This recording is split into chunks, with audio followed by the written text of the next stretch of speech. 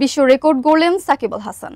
রোববার রাতে অ্যান্টিগার Vivian Richards স্টেডিয়ামে ক্যারিবিয়ান প্রিমিয়ার লিগে সেন্ট কিটস অ্যান্ড নেভিসের বিপক্ষে ৩ উইকেট নিয়ে টি-20 ক্রিকেটে পৌঁছালেন ৫০০ উইকেটের মাইলফলকে। অ্যান্টিগার স্যার ভিভিয়ান রিচার্ডস স্টেডিয়ামে রোববার রাতে ক্যারিবিয়ান প্রিমিয়ার লিগে নতুন ইতিহাস গড়লেন সাকিব আল হাসান।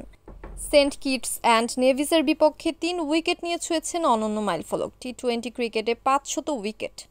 মোহাম্মদ রিজওয়ানকে আউট করে প্রথম উইকেটের সঙ্গে স্পর্শ করেন এই রেকর্ড। ইতিহাসের মাত্র পঞ্চম বোলার হিসেবে এই কৃতিত্ব অর্জন করেছেন তিনি। তবে সবার থেকে আলাদা করে রেখেছে আরেকটি বিষয়, সাকিব টি-20 ক্রিকেটে প্রথম বাঁহাতি বোলার যিনি ৫০০ উইকেট নিয়েছেন। এর আগে যারা কীর্তি করেছেন তারা সবাই ডানহাতি। রশিদ খান ৬৬০, ডোয়াইন ব্রাভো ৬৩১, সুনীল নারায়ণ ৫৯০ ও ইমরান তাহির ৫৫৪।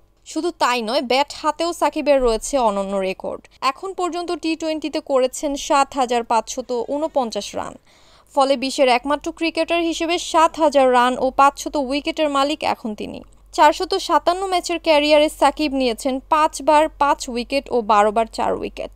সাম্প্রতিক সময়ে ফর্মে না থাকলেও এবারের সিপিএলে আগের ম্যাচগুলোতে পেয়েছিলেন মাত্র ১ উইকেট। এই ম্যাচেই ৩ উইকেট নিয়ে বিশ্ব রেকর্ড নিজের করে নিলেন তিনি।